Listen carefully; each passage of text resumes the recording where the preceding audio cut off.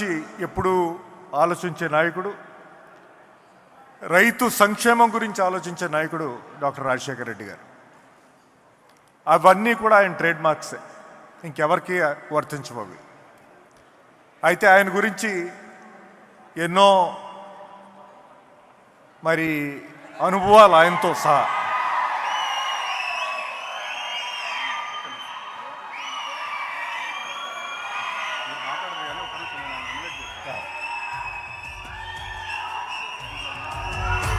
తెలంగాణ రాష్ట్ర ముఖ్యమంత్రి మనందరి ప్రీతమ మిత్రులు రేవంత్ రెడ్డి గారిని ఆంధ్రప్రదేశ్ కాంగ్రెస్ కమిటీ తరఫున సాదరంగా స్వాగతిస్తున్నాం.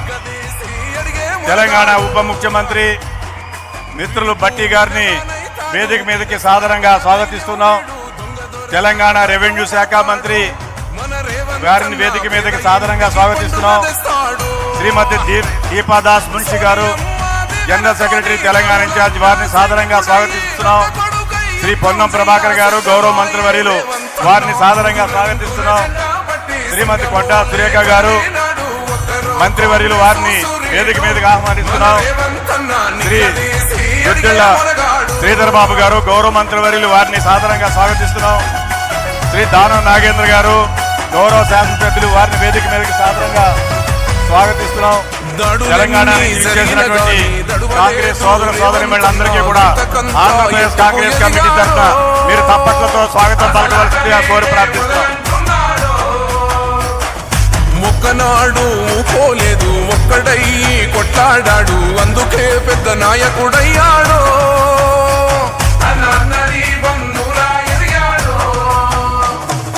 అమరవీరుల త్యాగం చూసి అమ్మ సోనియా చలువతోటి వచ్చిన మన తెలంగాణ రక్షణే చేయమంటున్నాడు. రంగుల జెండా బట్టి సింగమోలే కదిలినాడు. ఒక్కరో కాంగ్రెస్ సూర్యుడు మన రేవంత్ అన్న నిగ్గదీసి అడిగే మొనగాడు.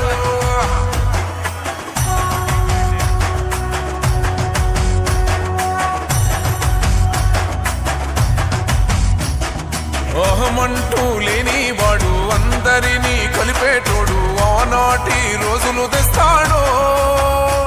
మన ఆశలన్నీ తీర్చే నాయకుడు.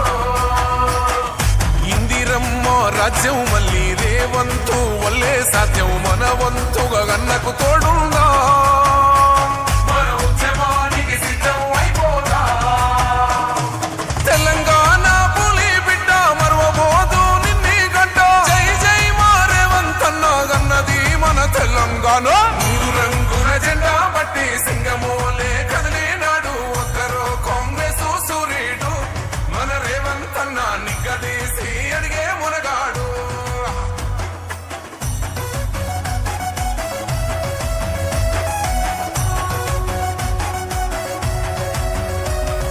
రాజ్యమొచ్చి ఏడేళ్ళాయే, రాతలింకా మారకపాయే, మోసగాడి చేతుల జిక్కిల్ది. రాష్ట్రం మొదటి కన్నా ఈడమైంది. నాటి నుండి నేటి వరకు ధీటుగా నిలదీస్తున్నాడు. మేలుకోర తమ్మి ఇప్పుడైనా అన్న బాహుబలిలా ముందుకు వచ్చాడు. గుండె నిండా తమ్మున్నోడు కొండనైనా కొడుతాడు. ఆడు ఎవ్వడు ఈడు ఎవడు అందరం రేవంతు వెంటే. మూడు రంగుల జెండా బట్టి సింగమోలే కదిలినాడు. ఒక్కరో కాంగ్రెస్ సూర్యుడు మన రేవంత్ అన్న నిగ్గదీసి అడిగే మొనగాడు.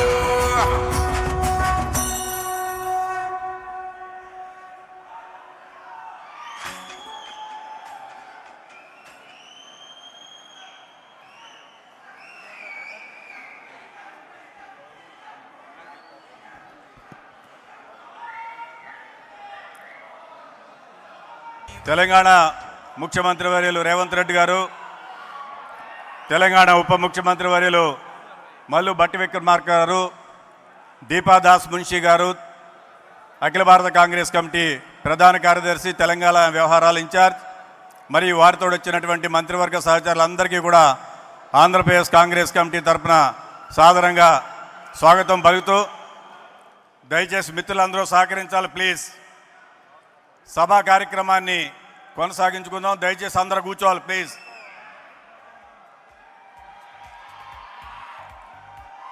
పెద్దలందరూ కూర్చోవాలి. ఇప్పుడు పళ్ళంరాజు గారు మాట్లాడతారు.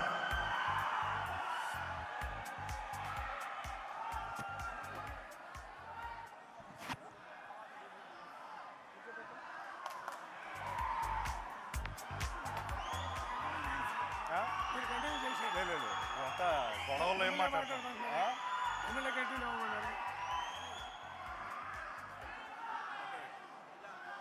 ప్లీజ్ దయచేసి అందరూ కూర్చోండి.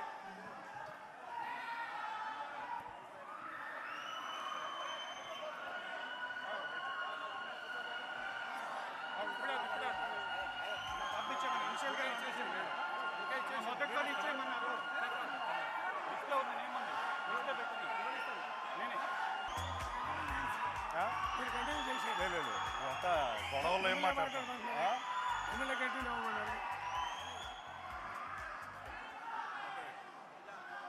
ప్లీజ్ దయచేసి అందరూ కూర్చోండి.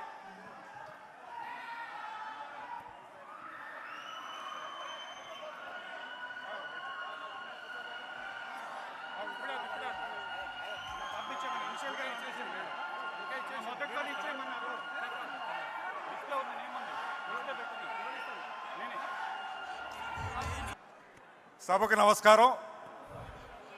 సభాధ్యక్షులు కాంగ్రెస్ వర్కింగ్ కమిటీ సభ్యులు రుద్రరాజు గారు, వేదిక పైన పెద్దలు, తెలంగాణ రాష్ట్ర ముఖ్యమంత్రి వర్యులు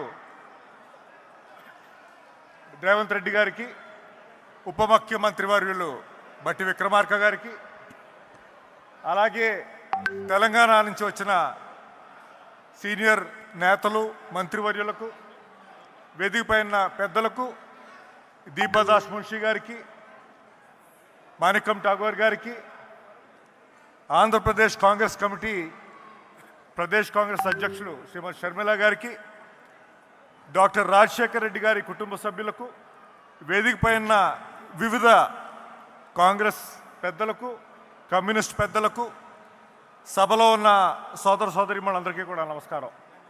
చాలా సంతోషం.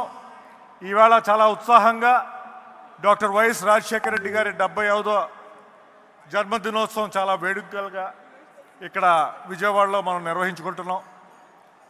ఎన్నో విషయాలు అందరూ చెప్పారు. రాజశేఖర రెడ్డి గారు ఎటువంటి నాయకుడో, ఏ విధంగా ఆంధ్ర రాష్ట్రానికి అభివృద్ధి తీసుకొచ్చారో, ఏ విధంగా ప్రజలను ఆదుకున్నారో, ఏ విధంగా రైతులను ఆదుకున్నారో, ఏ విధంగా వ్యవసాయాన్ని నిలబెట్టారో అనేది ఎన్నో విషయాలు మనం మాట్లాడుకున్నాం. అదేవిధంగా నేను కూడా కొన్ని విషయాలు చెప్పి విరమించుకుంటాను. బాపిరాజు గారు మాట్లాడినప్పుడు 78లో మొట్టమొదటిసారి రాజశేఖర రెడ్డి గారు ఏ విధంగా అసెంబ్లీలో అడుగుపెట్టారో అనేది చెప్పడం జరిగింది. నా అనుభవం ఏంటంటే, నేను మొట్టమొదటిసారి ఎంపీగా 1989లో ఎన్నికైనప్పుడు రాజశేఖర రెడ్డి గారు కూడా అదే ఫస్ట్ టైం ఎంపీగా పార్లమెంట్లో అడుగుపెట్టడం జరిగింది. అయితే కలిసి ఆయనతో పాటు పార్లమెంటుగా కూర్చోవడానికి అవకాశం కలిగింది నాకు. ఆనాడు పంచుకట్ట కాదు, సఫారీలో ఉండేవాడు ఆయన. సఫారీ వేసుకుని ఉండేవాడు ఆయన మనిషి. ఇంకోటి ఏమిటంటే, ఎప్పుడూ 1-2 పుస్తకాలు పట్టుకుని ఉండేవాడు. ఫ్లైట్ ఎక్కినప్పుడల్లా